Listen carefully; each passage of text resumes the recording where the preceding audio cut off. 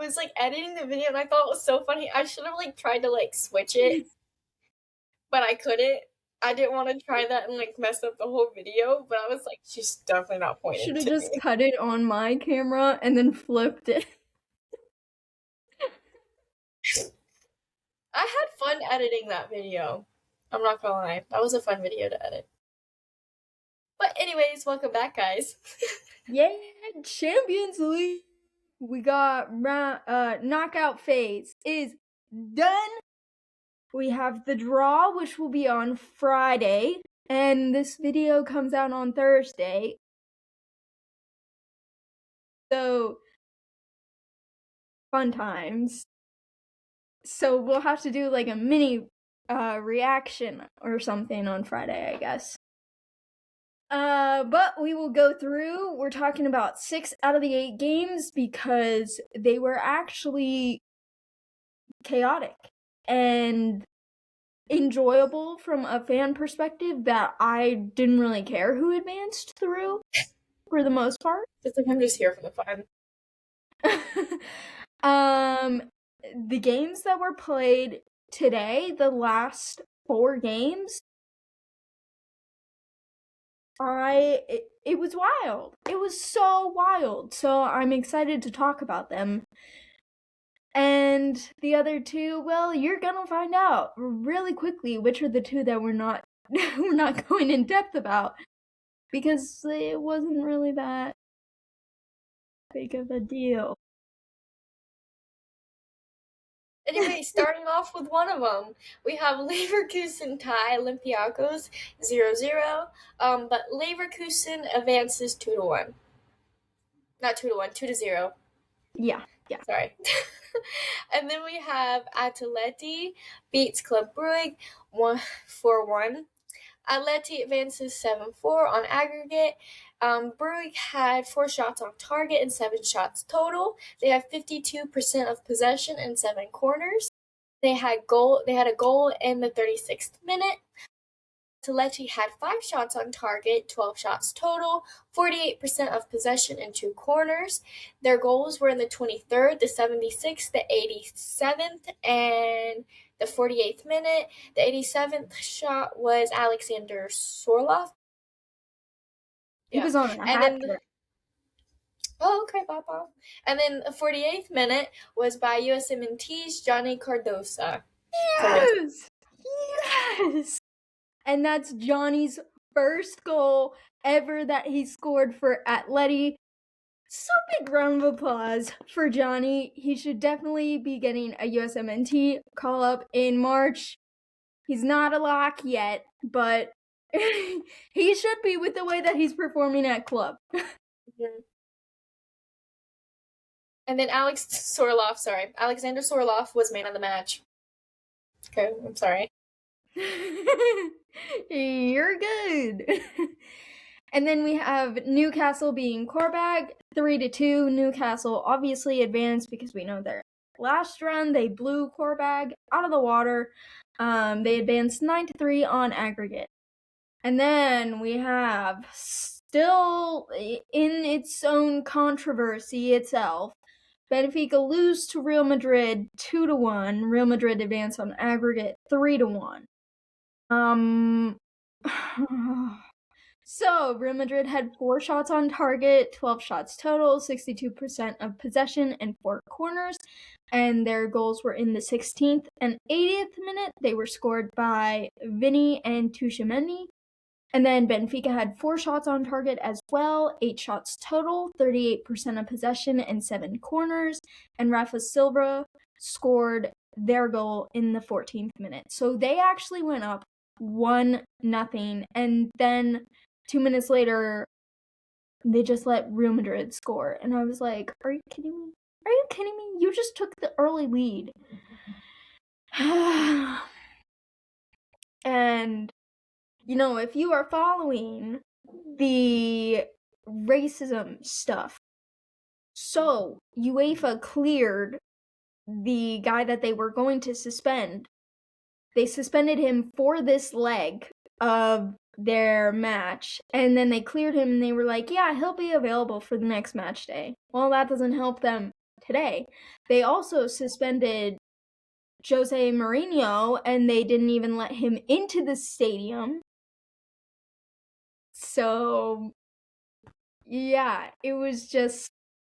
And I don't know if they're still pursuing court or whatnot, but it came out earlier this week that the player's agent was going to sue both Mbappe and Vinny for saying that this guy said the racist stuff, when really Mbappe was the one who called the guy a slur, and there's video proof of it.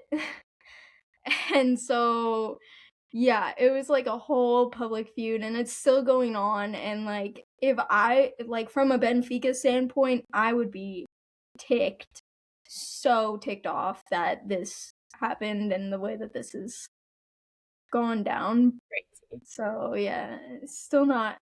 I think the referee did a better job than in past games, but the game's the game, you know? And then Tchouaméni was the man of the match for this game. Then we have Dortmund lose to Atalanta 4-1. Atalanta is the one to advance on aggregate 4-3. Atalanta had 11 shots on target and 15 shots total, 44% of possession in 5 corners. Goals scored in the 5th, 45th, and 57th and 90th minute plus 8. A lot. And then Dort had 6 shots on target at 8 shots total, 56% of possession in 1 corner. And there was a red card in the 90th minute plus 7. Bensabini had a high boot, and the 120th minute was Schlotterbeck on the bench. Yeah. It was crazy. But, like, this game was crazy to watch because it was Dortmund's to lose. And they did. They gave up 4 goals. It was... Guys, I kid you not, I was this last, like, 10-15 minutes of the game. So what ends up happening is it's a service ball in, so it's a cross into the box.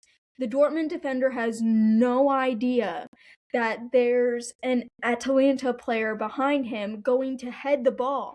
So the defender, goes like this into the player's head. Yeah, but it was like all the way up here. Yeah, into the guy's head. Easy. And it's like, but he had no idea that the guy was there, so he got a red card. And because it was inside the box, they gave it as a penalty. And that's what cost them the win. Because had he not given that up, they would have gone to extra time because it was tied on aggregate 3-3. So they would have gone to overtime had they not given up that penalty. And that penalty was the last kick of the game. Normally they go back to the center circle and kick once or twice, but that was it. They were done after that. So it was nuts. Anyways, goal scored in the 75th minute by Karim Adeyemi. Awesome.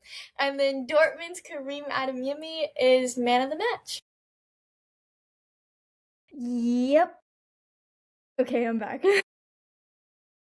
And then another game we have to talk about is PSG tied 10-man Monaco 2-2, but PSG advanced on aggregate 5-4. Monaco had 3 shots on target, 9 shots total, 32% of possession, and 4 corners. And their red card was in the 58th minute. And I'm pretty sure that this is the soft yellow or the soft red card. See, it's hard because this game and the next game that I'm going to talk about, I was watching at the same time. So I can't keep I can't keep track of what happened when. Yeah, it was nuts. But one of these was a soft red card. And it actually had gotten no, they both got referred to VAR and they got overturned from yellows into straight reds. Which shouldn't have happened. And I was even listening to some commentary and they were like, yeah, we don't know why this happened. It should just stay the way it was. This should not have gotten referred for a red. And it's like, even if it got referred, like, he wasn't able to take back the yellow anyways. But he took back the yellow and gave a straight red, which is worse. Anyways. Monaco's goals were scored in the 45th and 90th +1 minutes. I'm not gonna try and pronounce who scored the first goal, but the second goal was scored by Teze. So, and then PSG had 7 shots on target, 21 shots total, 68% of possession, and 8 corners. And Marquinhos scored in the 60th minute, and Kvaratskhelia scored in the 66th minute. And let me tell you, I was fuming because the first goal, at that point, Monaco was up 1-0. And all they had to do was not get a red card. And what happened? They got a red card. On the red card, after the restart, they immediately give up a goal.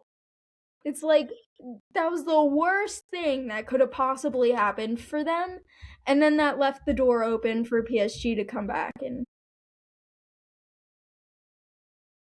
But I was surprised that Monaco held on for so long, and I was really hoping that Bell would score again, and that just didn't happen, so that's unfortunate. But Desiree Doué was the man of the match for this game. Then we have Bodo beats Inter Milan 2-1. Bodo advances on aggregate 5-2. Inter had 6 shots on target, 33 shots total, 70% of possession, and 16 corners. Bastoni in the 76th minute had their goal. Okay, just think about it for a second. Then we have Bodo. Bodo had 5 shots on target, 7 shots total, 30% of possession in 1 corner, and Hot in the 58th minute, and Hakan Engine. Sure.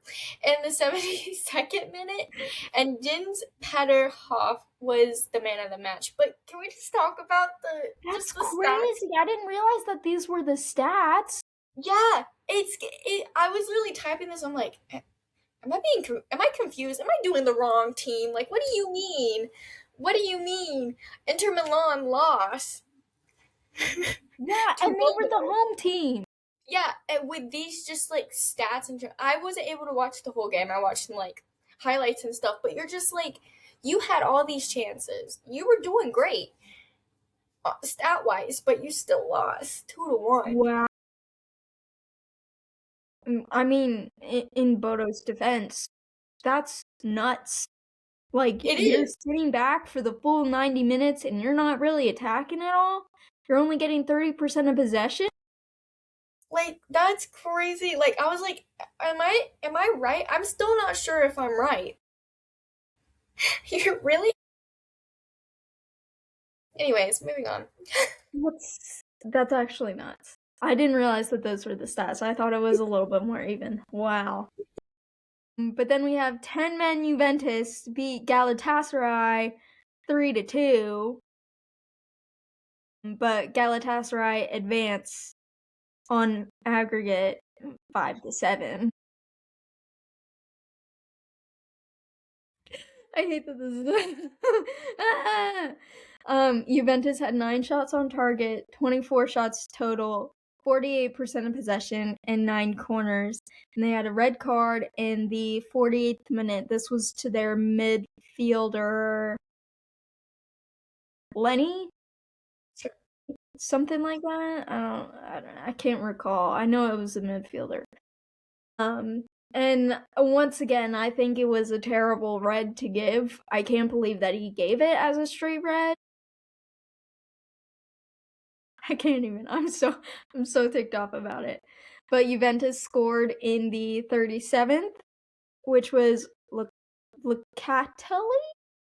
The 70th, which was Gatti, and the 82nd, which was none other than Weston McKennie, scoring his 4th Champions League goal this season. And let me tell you, I was freaking out. I saw the goal. I was texting Julie. I was like, yo, Weston McKennie just scored the goal to keep them in the game. I was going nuts. It was wild. I was so happy. I was like, yes, we can do this. We can advance. We're playing. We're gonna do this. And then Galatasaray had 11 shots on target, 17 shots total, 52% of possession in 4 corners. And their 2 goals were scored in added time because it was tied at the end of 90 minutes on aggregate 5-5. And Galatasaray goes and scores in the 105th minute +2 because it was stoppage time. And that was Victor Osimhen. And then in the 119th minute, which was Yilmaz. I don't know. But yeah, I watched both of those. I saw Osimhen's and I was like, oh no, but there's still time. We have a whole nother half to play. And then I saw the one in the 119th minute, and that was just terrible goalkeeping, and I was like, there's the game. And then Galatasaray's Victor Osimhen was the man of the match. But Juventus looked so solid all game, and then they go and lose in added time. But I just want to acknowledge, majority of the game, they were down a player. So 10-man Juventus, who were winning 1-0 when the red card happened, still ended up scoring 2 goals. Like after that, to win 3-0, which is crazy. You don't see that a lot. But it's just unfortunate they couldn't do anything to advance. What a day of games. Let me tell you, there was a lot of drama today. Bunch of red cards, some games that made no sense stat-wise. Yeah. But I hope you guys like this video. Don't forget to keep a lookout for our main video. And eventually, at some point, there will be an F1 video, so keep a lookout for that. We gotta plan that. There's a lot of new things happening, so we're both a little stressed. Well, you can't be like might be an understatement. Yeah. We're overwhelmed. We're not prepared, but we're gonna try our best. So if you don't want to miss that video, keep a lookout for it. We do have a live some point next month, so don't keep a lookout for that as well. But if you don't want to miss anything, subscribe, like, and turn on our post notifications. Let us know in the comments any of your ideas, your opinions, anything that you thought was interesting, any opinions on red cards. Let us know. And we are still trying to get to 1,000 subscribers now that we're to 500. So if you want to help us get that far, please subscribe. And check out our links in the description below for our other social media pages. We have TikTok, Twitter, Instagram, Spotify, the whole shebang. So if you don't want to miss it, go check them out.